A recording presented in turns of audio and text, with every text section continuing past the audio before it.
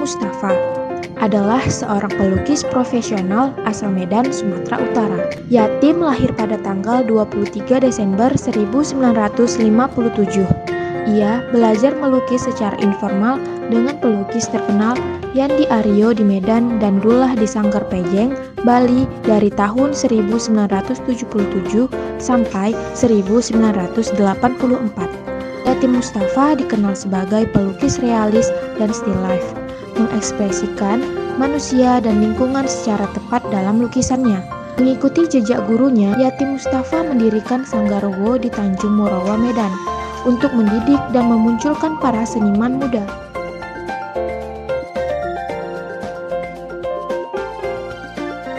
Struktur naratif lukisan berjudul Tandok. Karya Yatim yang berjudul Tandok ini merupakan karya yang digarap dengan teknik beraliran realisme yang bertimbangkan tentang human of interest atau realisme sosial. Lukisan ini menggambarkan tentang seorang nenek pengrajin tandok.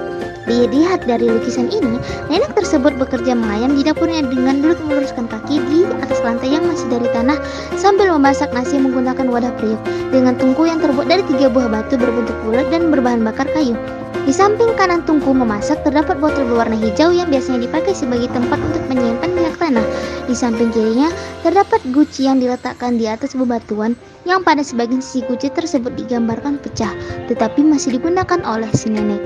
Dinding dapurnya terbuat dari kayu yang warnanya mulai nampak usang tetapi masih terkesan kokoh. Pada dinding tergantung lampu teplok dan lampu senter. Pada perawakan nenek yang dilukiskan oleh Yatim memiliki tangan dan wajah keriput dengan rambut yang digulung ke belakang. Dapat dilihat bahwa nenek tersebut berkisar usia 70-an tahun. Nenek tersebut memakai baju putih berkerah dengan kancing depan yang sudah usang yang koyak pada bagian bahunya. Digambarkan juga bahwa si nenek menggunakan kain sarung tenun motif kotak-kotak berwarna pink biru yang masih terlihat bagus dan cerah warnanya. Sarung tenun ini merupakan sarung tenun khas Batak Toba. Di samping kirinya terdapat guci bulat kecil yang masih kelihatan bagus. Dari pendeskripsian karya tadi, mengandung narasi yang mengisahkan tentang kemiskinan dari seorang nenek pengrajin tandok.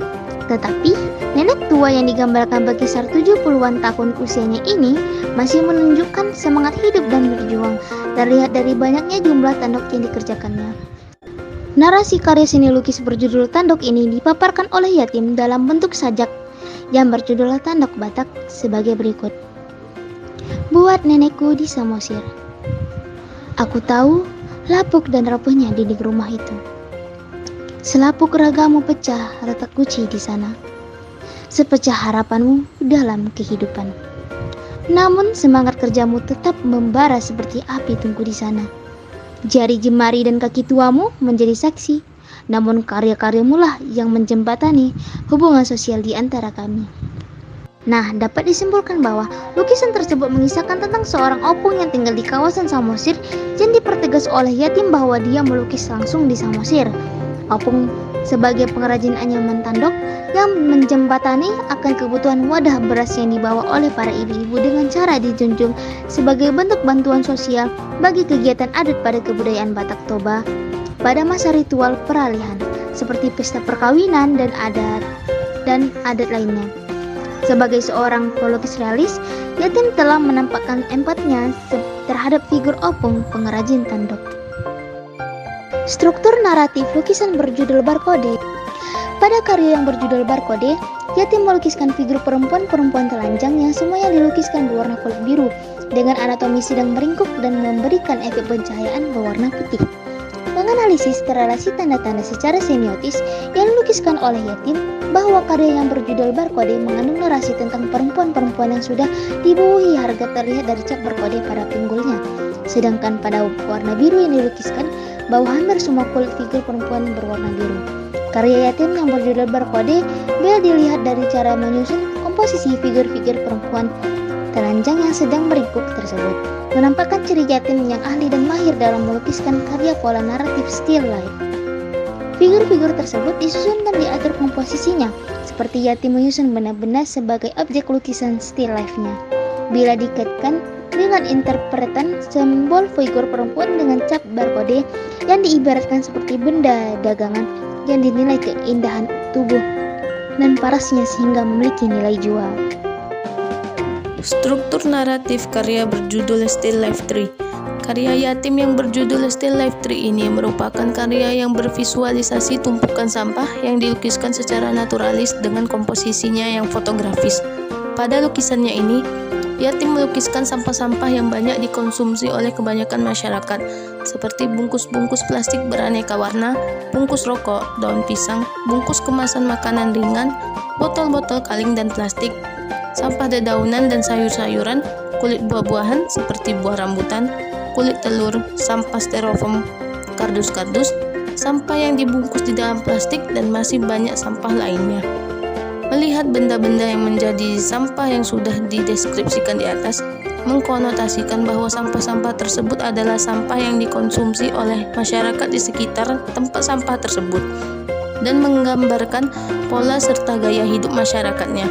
Dapat dikonotasikan bahwa masyarakat Medan masih terlalu banyak menggunakan plastik sebagai wadah atau tempat untuk belanja, sekaligus sebagai wadah untuk membuang sampah.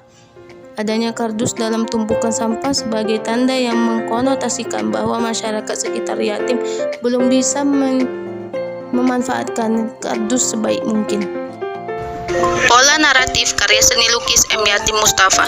Kekuatan pola naratif yang dimiliki Yatim adalah melukis dengan teknik realis, naturalis, dan still life yang terpatri pada hampir seluruh karyanya. Walaupun secara narasi simbolik, Yatim memunculkan karya-karya yang berbeda sebagai wujud idealismenya dalam seni murni, seperti pada karya blue period-nya, karya still life-nya, dan karya-karya human interest-nya yang semuanya menampakkan kesan penyusunan objek atau still life. Pada sampel karya seni lukis Yatim yang dipilih untuk diteliti memiliki dua pola naratif simbolik di dalamnya. Yang pertama meliputi suatu peristiwa atau keadaan kaum perempuan terlihat pada karya yang berjudul Tanduk dan Barcode.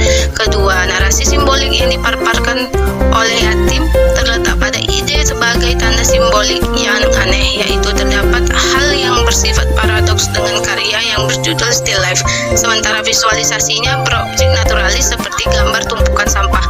Pada karya-karya Yatim, struktur keseluruhannya disusun secara realis dan naturalis. Komposisinya dilukiskan secara fotografis atau realistik fotografis, di mana ide, warna-warna, figur tokoh, objek-objek yang dilukiskan dapat dibaca secara semiotis yang berkaitan dengan tragedi yang disamarkan. Pada karyanya yang berjudul Barcode, filosofi kehidupan, ekonomi, spiritual, dan ketuhanan, dan narasi pada kebudayaan Batak Toba pada lukisannya yang berjudul Tanduk. Jadi, melihat kecenderungan Yatim dalam karya seni lukisnya dengan melihat caranya menggunakan dan menyusun elemen kesenirupaan dan gagasannya, merupakan karya-karya yang masih berpijak kepada paham formal, yaitu dalam seni lukis modern. Tetapi pada karya seni lukisnya yang berjudul Still Life 3, Yatim mempertegas bahwa karyanya tersebut berada pada wilayah seni lukis kontemporer karena memiliki kekuatan ide yang bersifat paradoks. Selain itu, kemahiran Yatim dalam berkarya Still Life tetap menampakkan kesan still life, walaupun secara visualisasi merupakan karya figuratif yang bertemakan realitas sosial.